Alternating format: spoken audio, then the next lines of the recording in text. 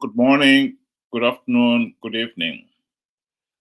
Tonight, I would like to play a video clip of um, a preview of Zimbabwe's potential as documented in 1966. And then we look at maybe what went wrong, how could we put it right, and can we still put it right? So we'll start with a video clip.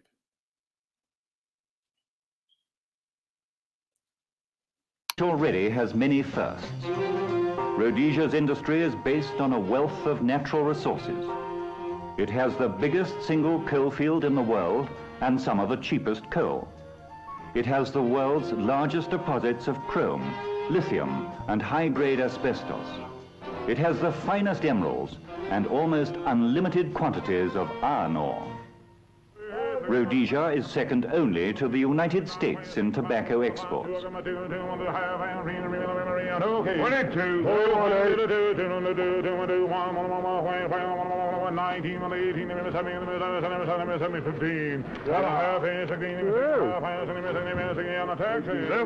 It's the world's sixth largest producer of gold.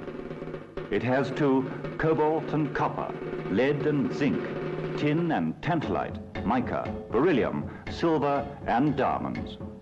It is self-sufficient in... I think what you meant there is self-sufficient in food production and so forth. So Zimbabwe had everything going for it.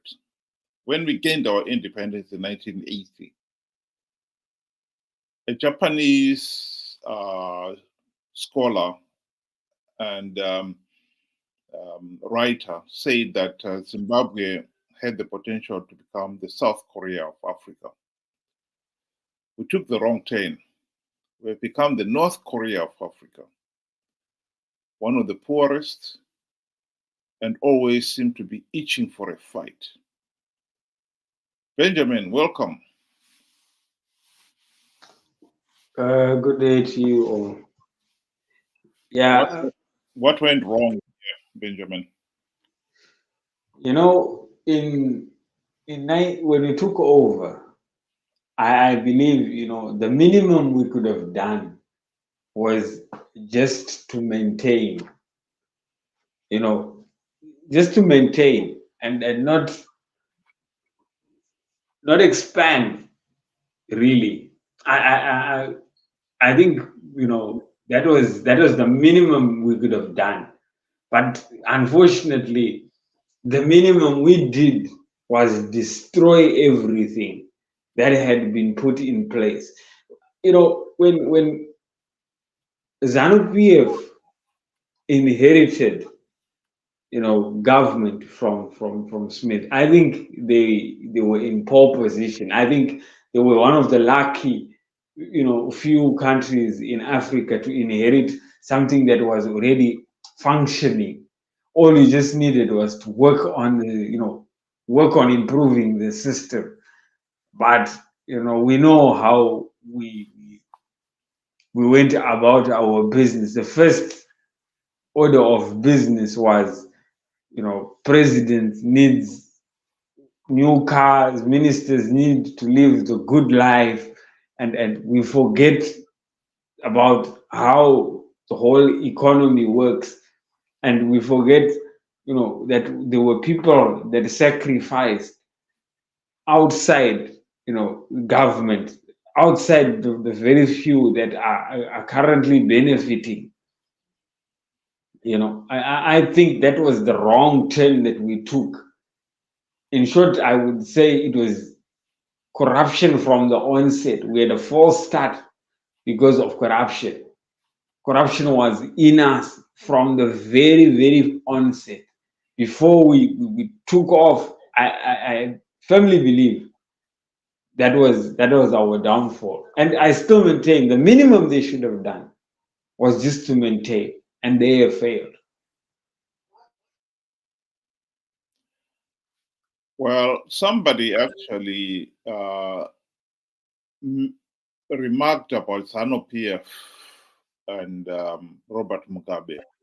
This was just before independence, and they said they'd been mixing in ZANU-PF circles. And their remark was ZANU-PF's commitment to the war of liberation was regardless of the damage it was doing to the economy. And their remark was ZANU-PF seems to be determined to burn the whole house down just to get power. And once in power, they were determined to burn the whole house down rather than let anybody else rule the country. When you've got that kind of mentality, it really sums up why Zimbabwe took the wrong turn. Here are individuals who really, all they wanted is absolute power. And once they got it, they were never going to give it up, regardless whether or not they had proven to be corrupt, incompetent, and took the country in the wrong direction. As soon as they got into power, their top priority was to consolidate power at all costs. So corruption became rampant, and political oppression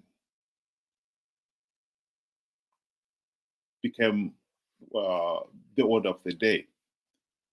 Within 3 years of our independence, we saw the Gukurahundi. And the primary purpose of the Gukurahundi was to force then Dr. Joshua Nkomo and his ZAPU colleagues to give up ZAPU because it was the main challenger to ZANU-PF.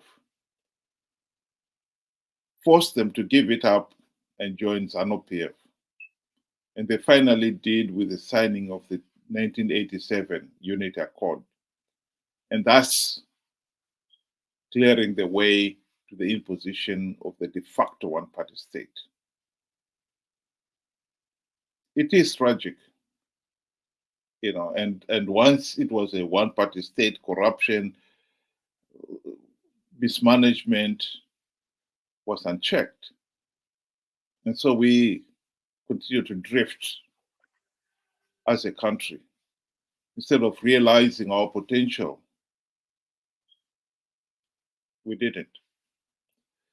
But what could be done? What could we have saved the situation in these last 44 years? And if so, how?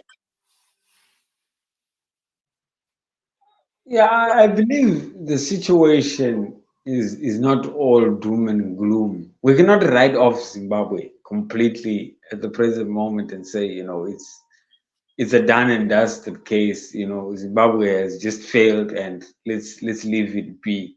I think there's hope, but it's slow to manifest itself. How and why is, I think, we as the citizen, or let me say all stakeholders have had a part to play in the destruction of Zimbabwe. Because as citizens, we have a say in what happens in the country, and we have. When I say we have a say, we need to demand accountability. That's the first thing. We need to demand transparency. It goes and on and on. Basically, we need to demand or to grab back our democratic space, to get the country back into a state of good governance through a democratic process. That is the only way I think Zimbabwe can be helped. And the only way I see us getting back to that space is by the implementation of reforms.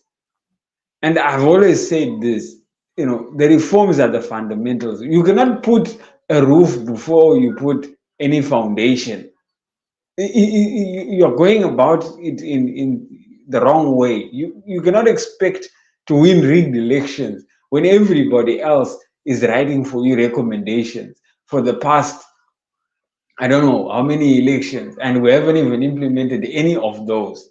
So I think that is the fundamental, the first thing that we need to do to save Zimbabwe from this, destruction, is us, the citizens, demanding whoever that we would want us, would want to lead us to push for these reforms.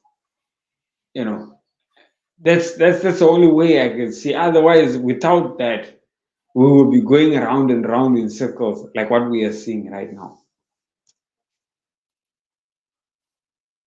Well, we did have many golden opportunities in the last 44 years to end the ZANU-PF dictatorship. That is the truth.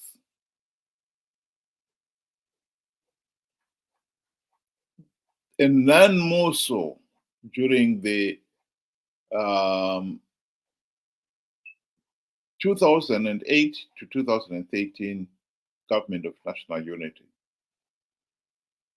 The primary purpose of the government of national unity was to implement the democratic reforms to stop ZANU-PF rigging the elections. Not even one reform was implemented. Not one. In 5 years. Why? The answer is simple. Robert Mugabe, who was president then, bribed Morgan Tsvangirai and his colleagues with the trappings of high office. The ministerial limos, very generous salaries and allowances, and for Morgan Tsvangirai, the US $4 million mansion. And the MDC guys forgot about the reforms. ZANU-PF, Robert Mugabe had bribed his colleagues in ZANU-PF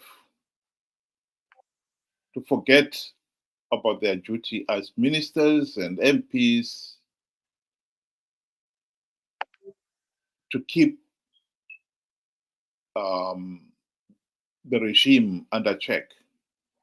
This is why during even the Gukurahundi itself, there's never been even one minister who publicly, at least, protested the barbarism of Mugabe then.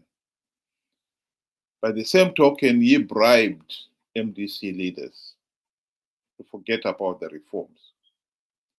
Indeed, many of the ZANU-PF cronies were asked during the GNU, why are MDC guys not implementing the reforms? And they even openly boasted,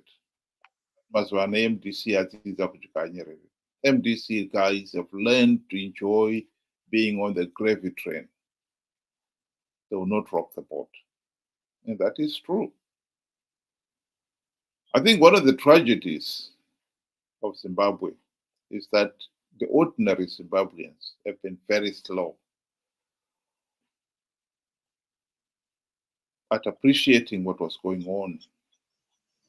And so they allowed ZANU-PF to impose the de facto one-party state. And then when the opportunity to end the dictatorship presented itself, they allowed MDC guys to forget what they were elected to do. That is the problem with Zimbabwe. As for what should be done, clearly, if we know we did something wrong, that immediately points out that what needs to be done. We should wake up. We should realize that Zimbabwe cannot get out of this mess as long as we have got a de facto one-party state. ZANU-PF rigged 2023 elections, blatantly rigged 2023 elections. Why Zimbabweans keep on accepting it as if that is normal? Beggars belief. I totally agree with you, Ben, that we need to wake up. There's no other way.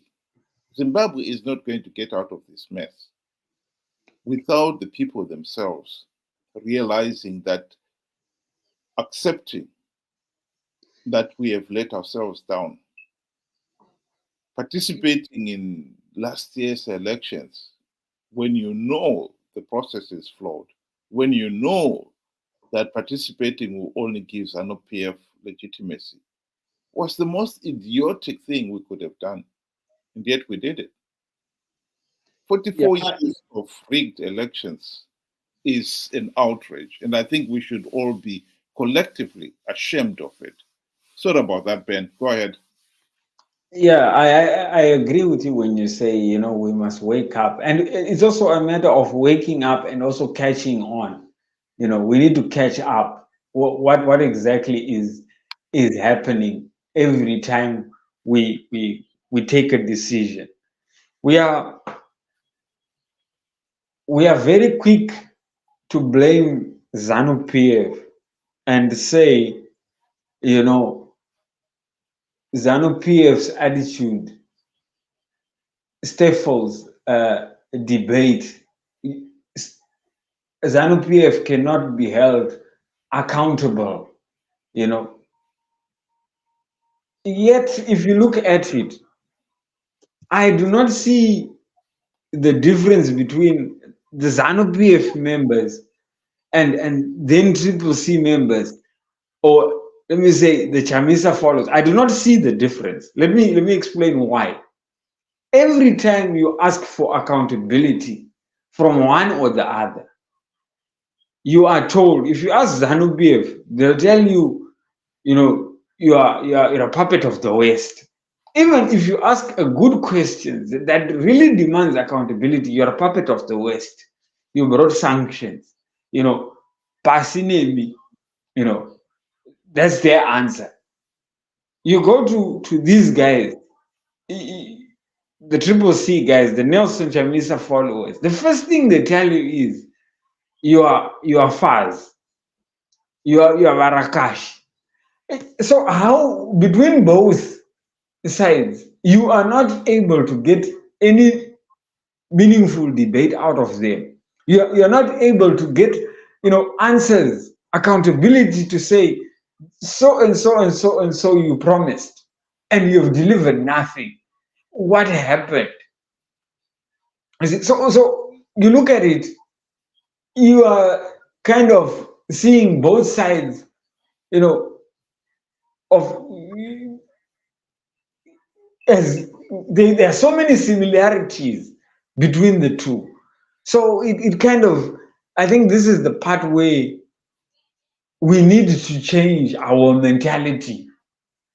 So it's also a matter of waking up, catching on, and changing our mentality such that we can be able to dialogue. We cannot go and say there's going to be when we cannot talk and we cannot debate.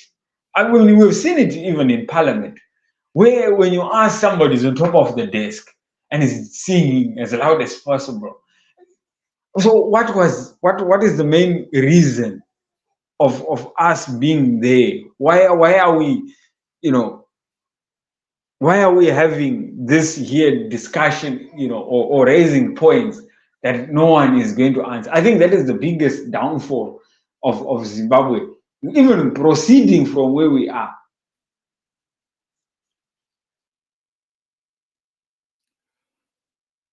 As for going forward, I think we do have have the potential.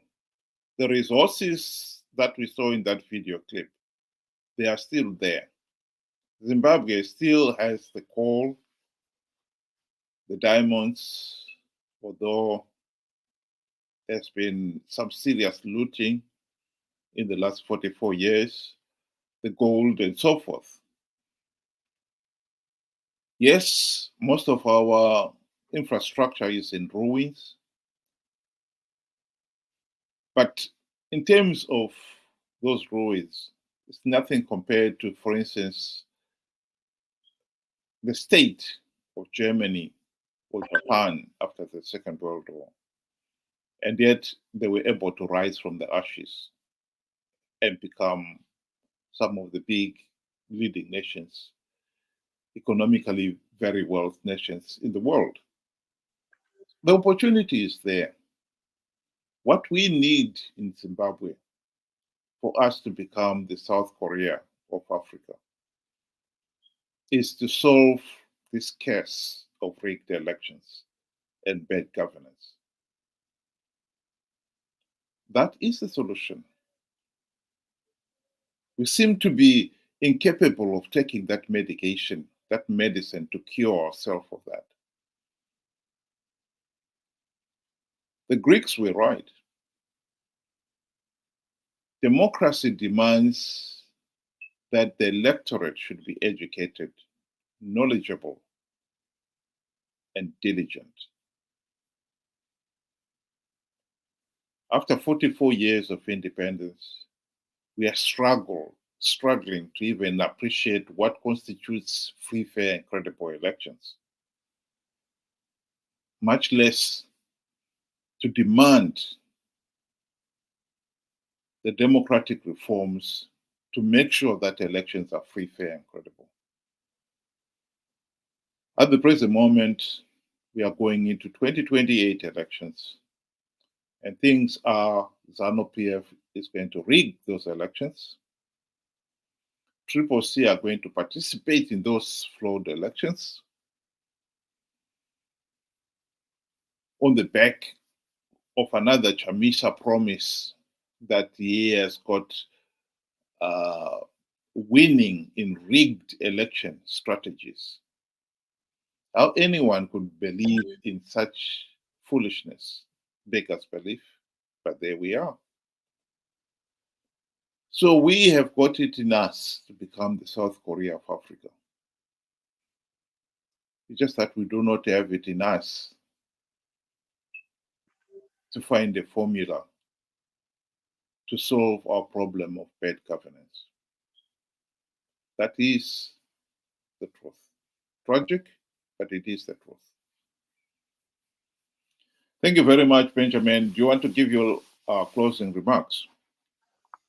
So in closing, I would say, it's never too late, but it needs us to wake up, catch on, and and open our minds. We shouldn't be blinkered and listen to all nonsense that is just drummed in us. We are human beings. We have the capability to think for ourselves. Let's think. Let's ask questions. Let's verify using facts and and historical facts as well.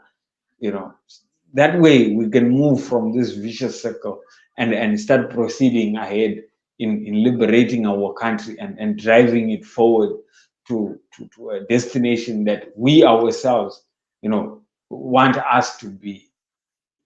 I think that is the only solution, and this solution comes through the implementation of the reforms that I would say that SADC and other observer missions put across.